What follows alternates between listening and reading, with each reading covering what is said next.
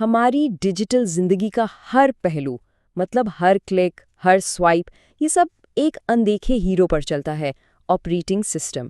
یہی وہ soft where ہے جو ہمارے فونز، لیپ ٹاپس اور سمجھے کہ ہر گیجٹ میں جان ڈالتا ہے۔ تو چلیں آج اس کی دنیا کی گہرائی میں اترتے ہیں۔ کبھی سوچا ہے کہ جب کسی آئیکن پر ڈبل کلک ہوتا ہے تو اس ایک لمحے میں پردے کے پیچھے کیا طوفان برپا ہوتا ہے؟ دیکھیں، یہ صرف ایک کلک نہیں ہے، یہ تو ایک پوری کہانی کی شروعات ہے۔ اس ایک چھوٹے سے ایکشن کے پیچھے ایک بہت ہی پیچیدہ اور منظم سسٹم کام کر رہا ہوتا ہے۔ تو آئیے اس کہانی کی گہرائی میں اترتے ہیں اور دیکھتے ہیں کہ اندر اصل میں چل کیا رہا ہے۔ اچھا، تو اس کہانی کا جو پہلا باب ہے وہ ایک ایسی چیز ہے جس سے ہم سب واقف ہیں، یوزر انٹرفیس۔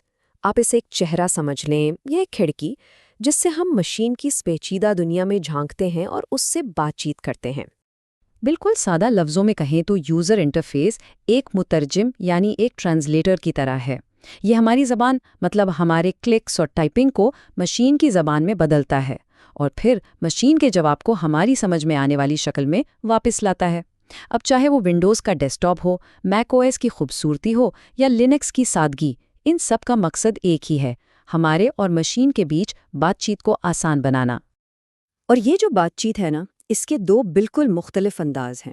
ایک طرف تو ہے کمانڈ لائن، جہاں الفاظ سے حکومت کی جاتی ہے، ہر حکم ایک منتر کی طرح ٹائپ کیا جاتا ہے۔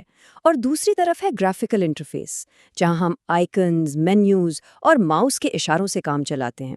تو سمجھیں کہ ایک میں طاقت اور پریسیجن ہے تو دوسرے میں آسانی اور سہولت۔ لیکن اصل جادو اس چمکدار انٹرفیس کے نیچے ہو رہا ہوتا ہے۔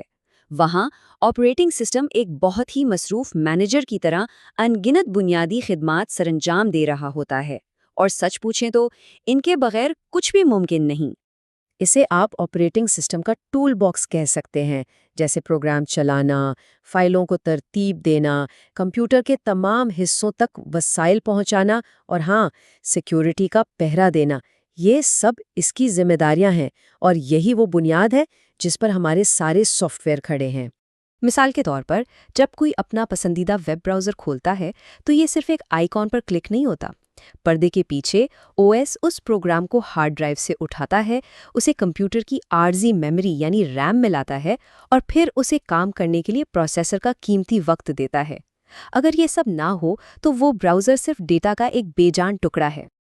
اچھا، تو جب ایک سے زیادہ پروگرام چل رہے ہوں پھر کیا ہوتا ہے؟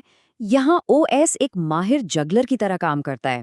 یہ سی پی یو کے وقت کو مختلف ایپس کے درمیان اتنی تیزی اور مہارت سے تقسیم کرتا ہے کہ ہمیں ایسا لگتا ہے جسے سب کچھ ایک ہی ساتھ چل رہا ہو۔ اور یہی وہ ذہانت ہے جو ملٹی ٹاسکنگ کو ممکن بناتی ہے، جیسے ای میل لکھتے ہوئے گانے سننا یا گیم کھیلتے ہوئے دوستوں سے چیٹ کرنا۔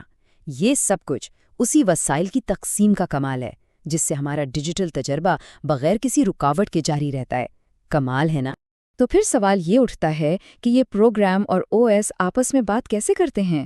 آخر ان کے درمیان رابطے کی زبان کیا ہے؟ چلیں اب اس خفیہ زبان کو سمجھتے ہیں جسے سسٹم کالز کہتے ہیں۔ اسے یوں سمجھیں کہ پروگرام ایک گاہک ہے اور او ایس ایک ریسٹورنٹ کا ویٹر۔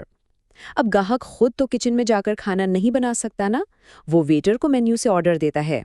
بالکل اسی طرح کوئی بھی پروگرام براہ راست ہارڈ ویئر کو حکم نہیں دے سکتا، اسے ہر کام کے لیے او ایس سے درخواست کرنی پڑتی ہے، اور یہی درخواست سسٹم کال کہلاتی ہے۔ اور یہ سارا عمل بجلی کی سی تیزی سے ہوتا ہے۔ فرض کریں پروگرام کو ایک فائل کھولنی ہے، وہ او ایس کو اوپن کی سسٹم کال بھیجے گا، او ایس فوراً ہارڈ ڈرائیو سے فائل تک رسائی حاصل کرے گا اور فائل کا ہینڈل واپس پروگرام کو تھما دے گا۔ یہ سب کچھ پلک جھپکنے میں ہوتا ہے، ہر سیکنڈ میں لاکھوں بار۔